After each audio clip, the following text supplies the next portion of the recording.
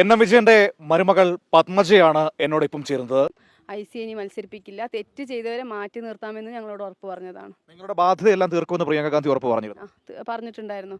ഈ 2.5 കോടി ബാധ്യതയുണ്ടെന്ന് നിങ്ങൾ പ്രിയങ്ക ഗാന്ധിയോട് പറഞ്ഞിരുന്നു. പറഞ്ഞിട്ടുണ്ടായിരുന്നു. അപ്പം എൻ.എം. വിജയന്റെ എല്ലാ ബാധ്യതകളും ഞങ്ങൾ തീർക്കും, കുടുംബത്തോടൊപ്പം ഉണ്ടെന്ന് ഞങ്ങൾക്ക് വാക്ക് തന്നിട്ടാണ് ഞങ്ങൾ വീട്ടിൽ നിന്ന് പോയത്. നിങ്ങൾക്ക് വേണ്ടതെല്ലാം ചെയ്തു തരും, ഇത് പ്രിയങ്കയുടെ ഉറപ്പാന്ന് നമ്മളടുത്ത് എടുത്ത് പറഞ്ഞിട്ടുണ്ടായിരുന്നു.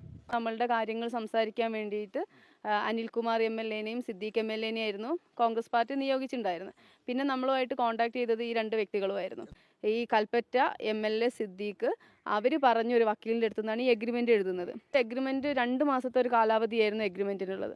അത് വക്കീലിൻ്റെ ഓഫീസിൽ നിന്നോട്ടെ, ഇവരുടെ കയ്യിലോ ഞങ്ങളുടെ കയ്യിലോ വേണ്ട എന്ന് സിദ്ദീഖ് MLA ആണ് പറഞ്ഞത്. ഞാൻ വീണ്ടും വക്കീലിൻ്റെ ഓഫീസിൽ പോയ സമയത്ത് വക്കീൽ എൻ്റെ അടുത്ത് പറഞ്ഞു, അതിൻ്റെ പിറ്റേ ദിവസം തന്നെ MLA-യുടെ PA മേടിച്ചു കൊണ്ടുപോയല്ലോ. എഗ്രിമെന്റ് കൊണ്ടുപോയി വക്കീലിന്റെ ഓഫീസിൽ സൂക്ഷിക്കണമെന്ന് പറഞ്ഞ എഗ്രിമെന്റുമായിട്ട് അവർ പോയി. അതെ, അവർ പോയിട്ട് ഇന്നാളൊരു ന്യൂസിൽ കണ്ടിട്ടുണ്ടായിരുന്നു, എൻ.എം. വിജയൻ എന്ന് പറഞ്ഞപ്പോൾ ഏത് എൻ.എം. വിജയൻ എന്ന് ചോദിച്ചത്. അപ്പോൾ എല്ലാവരും ആളെ മറന്നു. പക്ഷെ മറക്കാൻ പറ്റാതെ ഞങ്ങൾക്കാണല്ലോ.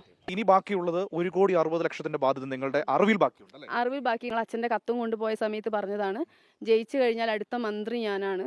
അതായത് അതെ തീർച്ചയായിട്ടും നമുക്ക് മനസ്സിലായത് ഒരു ഭീഷണിയുടെ സ്വരം ഉണ്ടായിരുന്നു അതിനകത്ത്. ഞങ്ങളുടെ ലൈഫേ തകർത്ത് കളഞ്ഞു. ഇപ്പം ഞങ്ങൾ വിചാരിക്കുന്നത് അച്ഛനും ഞങ്ങൾക്കും കൂടെ വിഷം തന്ന് ഒരുമിച്ച് മരിക്കുന്നതായിരുന്നു ഇതിലും നല്ലത്.